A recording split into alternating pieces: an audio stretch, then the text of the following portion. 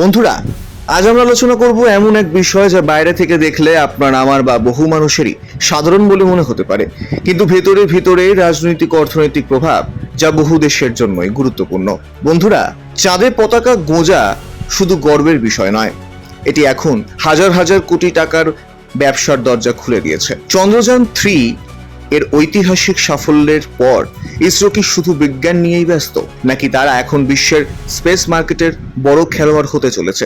এমনকি এমন দিন আসবে যখন বিদেশি কোম্পানিগুলো ভারতের কাছ থেকে চাঁদের ডেটা কিনবে, ভারতীয় রকেটে তাদের স্যাটেলাইট পাঠাবে, আর ভারত তাদের চাঁদের সম্পদ নিয়েও ব্যবসা করতে দেবে। আজকের ভিডিওতে আমরা জানবো চাঁদে পৌঁছানোর পর ইসরোর পরবর্তী ব্যবসায়িক লক্ষ্য কি এবং কিভাবে ভারতের মহাকাশ খাত আগামী 10 বছরে বিশ্বের অন্যতম বড় অর্থনৈতিক শক্তি হয়ে উঠতে পারে।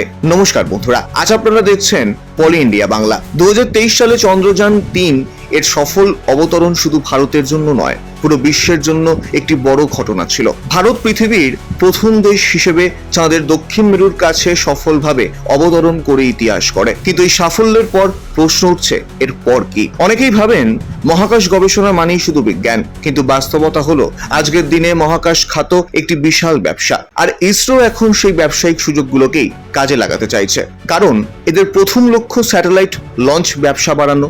বিশ্বের শত শত কোম্পানি এবং দেশ নিজেদের স্যাটেলাইট মহাকাশে পাঠাতে চায়, কিন্তু সব দেশের নিজস্ব রকেট নেই। এই সুযোগটাই কাজে লাগাচ্ছে ভারত। ইসরোর PSLV রকেট ইতিমধ্যেই বিশ্বের অন্যতম নির্ভরযোগ্য এবং কম খরচের লঞ্চ ভেহিকল হিসেবে পরিচিত। একই রকেটে একাধিক স্যাটেলাইট পাঠানোর ক্ষমতা ভারতের বড় শক্তি।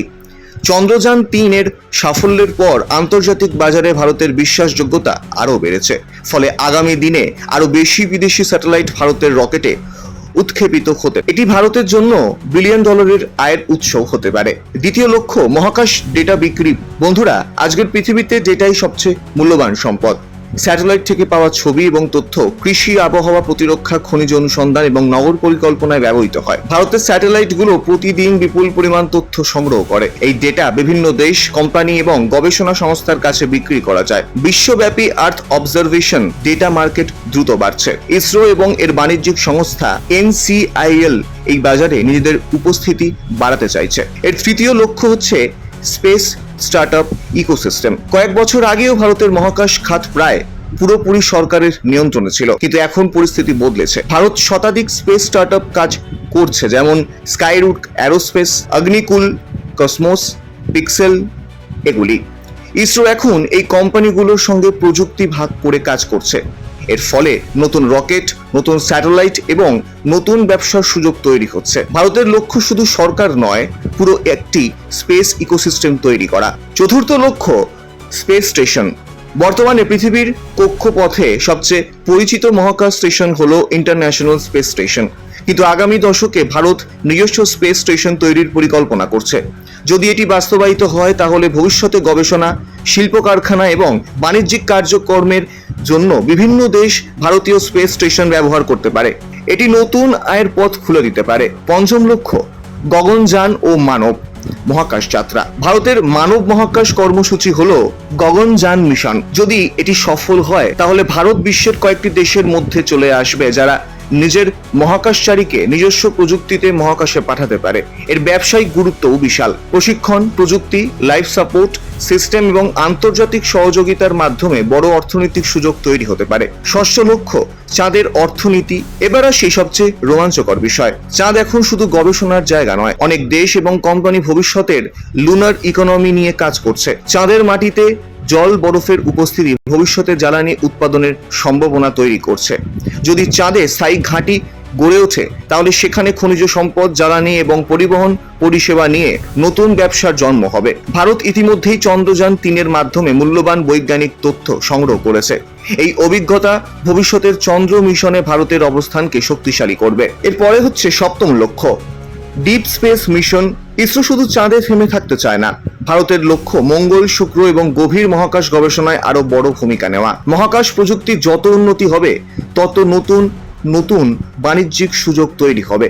যে দেশ প্রযুক্তিতে এগিয়ে থাকবে সেই দেশই ভবিষ্যতের স্পেস ইকোনমিতে নেতৃত্ব দেবে। ভারতের স্পেস ইকোনমির ভবিষ্যৎ বিশ্বের স্পেস ইকোনমির আকার আগামী দশকে $1 ট্রিলিয়ন পর্যায়ে পৌঁছতে পারে বলে বিভিন্ন আন্তর্জাতিক সংস্থা অনুমান করছে। ভারত বর্তমানে এই বাজারের ছোট অংশীদার হলেও সরকারের লক্ষ্য বিশ্ব বাজারে নিজেদের অংশ উল্লেখযোগ্যভাবে বাড়ানো। চন্দ্রযান-3 শুধু একটি বৈজ্ঞানিক সাফল্য নয়, এটি ছিল ভারতের জন্য একটি ব্র্যান্ডিং, একটি বার্তা।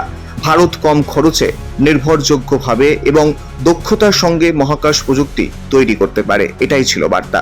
আর এই বিশ্বাসই আগামী দিনে বিদেশি বিনিয়োগ, আন্তর্জাতিক সহযোগিতা এবং বড় ব্যবসায়িক সুযোগ এনে দিতে পারে। বন্ধুরা, চাঁদে পৌঁছানো ছিল ভারতের যাত্রার শেষ নয়, বরং নতুন অধ্যায় শুরু। আগামী দিনে ইসরো শুধু মহাকাশ গবেষণা করবে না, বরং স্যাটেলাইট ব্যবসা, স্পেস স্টেশন, মানব মহাকাশ যাত্রা এবং চাঁদের অর্থনীতিতেও বড় ভূমিকা নিতে পারে। আপনার মতে বিশ্বের স্পেস ইকোনমিতে ভারত কি আগামী 20 বছরে আমেরিকা ও চীনের সঙ্গে প্রতিযোগিতা করতে পারবে? আপনাদের কি মনে হয়? নিচে কমেন্টে আপনাদের মূল্যবান মতামতটি আমাদের অবশ্যই জানান এবং আমাদের ভিডিওটি ভালো লাগলে লাইক করুন, কমেন্ট করুন, শেয়ার করুন এবং পলি ইন্ডিয়া বাংলা চ্যানেলটিকে সাবস্ক্রাইব করতে কিন্তু ভুলবেন না। কারণ আমরা এখানে শুধুমাত্র খবর বলি না, আমরা খবরের পিছনের রাজনীতি এবং অর্থনীতিটাও আপনাদের সামনে তুলে ধরি এবং আলোচনা করি। তাহলে আসি, দেখা হবে পরের ভিডিওতে। জয় হিন্দ, জয় ভারত।